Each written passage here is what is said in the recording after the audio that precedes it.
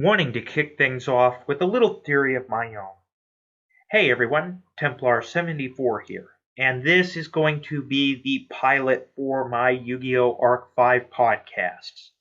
So, guys, bear with me. Like I said, I'm used to doing Poke Talk, but I'm going to try to cover some Arc V stuff and just some Yu-Gi-Oh! Stuff in general as well. I'm going to try to start doing that. So I wanted to start this video with a little theory of mine. As you know, we are currently at 123 episode. Well, 123 will be out this Sunday. But if you guys haven't followed this series lately, we've been getting into some of the revelations about Plan Revival Zero, which is basically the professor's plan. And it struck me as interesting because this was my little theory on the whole thing. In Arc V, which Arc V is very unique because in Arc V we get references to every single generation. I mean, we've had characters show up from every Yu-Gi-Oh! Series, cards and monsters, and bits of the stories, quite frankly, showing up from GX all the way to Zexal, but we have yet to see any references, with the occasional couple of cards. We have seen almost no references to the Duel Monsters saga. The first one, the original.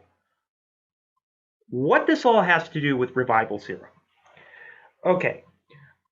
First we gotta flash back to Duel Monsters for a minute, because this theory of mine is going to revolve around what were the most powerful creatures in the entire game of Duel Monsters. The Egyptian god cards, Obelisk the Tormentor, Slifer the Sky Dragon, and the Winged Dragon of Ra.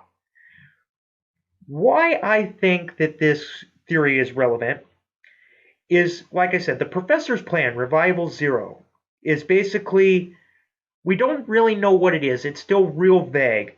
But we know that Academia is collecting they're carding duelists for the energy within these duelists. Why I think the God cards could be connected to Revival Zero. If we look back at Duel Monsters, in the Japanese version, we look back at Ishizu, or in the Japanese version, Ishizu's name is actually Isis, but for sake of current political atmosphere, we're going to go ahead and stay with Ishizu. Basically, Ishizu is saying in the Japanese version, again, I'm using her English name instead of Japanese name, she's basically saying that the Egyptian only selected duelists can drive a god card, or god cards are hard to drive, because you have to have a strong soul in order to wield one. But whoever wields all three will have power, ultimate power, and basically the world and the universe will tremble in fear of whoever controls the god cards. Going back to Arc V for a second, if you notice, like I said, they're carding duelist souls, or they're carding duelists, assumably for their soul energy. And I was actually speculating, what if the professor's plan, Revival Zero, has something to do with the Egyptian god cards? Because, the Songenshin, the Egyptian god cards, but in the Japanese version, the Songenshin, they're more than cards. They are actually the spirits, the real god monsters of Egypt. They're no ordinary cards. The cards actually contain the spirits of the real Egyptian gods, the Songenshin. The most powerful creatures ever. You control one, you can destroy 1,000,000 armies. Wield all three, and the planet itself will quake in fear at your power. You're unstoppable. Now, again, this is a bit of a stretch, but since Arc V has encompassed every single Yu-Gi-Oh! Franchise, with the exception of Duel Monsters, people were speculating that the Duel Monsters connection may actually be, the professor might actually work for Seto Kaiba. And Kaiba would be the ultimate antagonist in the game, or in the Arc V franchise. I don't see that. I think, most likely, that the professor's plan would have something to do with the god cards, because his plan is Revival Zero. if you look at it, revival, you're going to need duelist souls or a strong duelist soul in order to command and drive a god card or a god monster. You're carding duelist souls. You're gathering that energy for something. Your plan is revival 0, so you're going to have to revive something. What could you possibly revive that would give you power to rule over every single dimension? And also, 0. Now, people would speculate, because Duel Monsters, if you guys remember, back in Duel Monsters, they didn't exactly play by the rules we all know today as of every single generation on. You know, there have been several instances where the Duel Monster story isn't exactly canon to the series at all. So what if Revival 0 means reviving something from 0? 0 being the Duel Monster dimension. And if you're going to revive something from the Duel Monsters dimension, and you're saying that your plan is to unite all 4 dimensions under one rule, what better way to do it than with the most powerful creatures that ever walked the earth? And like I said, the Sangenshin, the Egyptian gods, are not normal cards. They are actually the spirits of the Egyptian gods themselves. That's why in the Duel Monster Saga and a little bit in GX, if you were an unworthy duelist, you were, in the Japanese version, you were sent to hell. In the English version, you were sent to the Shadow Realm, because the Egyptian gods did not like inferior duelists basically insulting them. So, like I said, I know it's a bit of a stretch.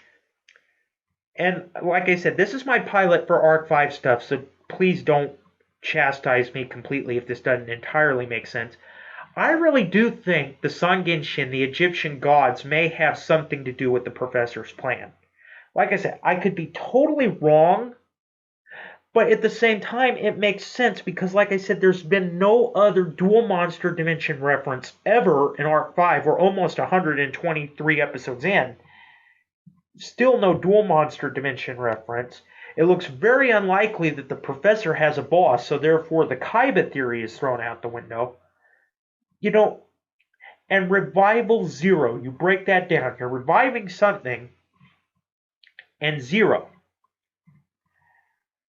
And people were actually speculating that Revival 0 involves the 4 females, you know, Serena, Yuzu, Ruri, and Rin, but it also involves the 4 Yuyas. Yuya, Yuto, Yugo, and Yuri. Gosh, I couldn't think of his name for the life of me. Anyway, like they said back in Duel Monsters, you get enough strong duelist souls, you can drive a god monster.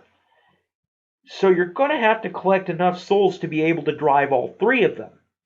Because if you remember, Atim's power in Duel Monsters to let him wield all 3 gods at the same time, you know, he had a powerful soul.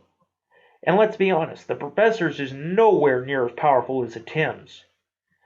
So I think that Revival 0 may in fact have something to do with the God cards. Basically, my plan my theory in general is Revival 0 is the plan to gather duelist souls in order to somehow revive the God monsters, the Sangenshin, from Dimension 1 or Dimension 0, Duel Monsters, and use their power to unite all 4 dimensions under the Professor's rule.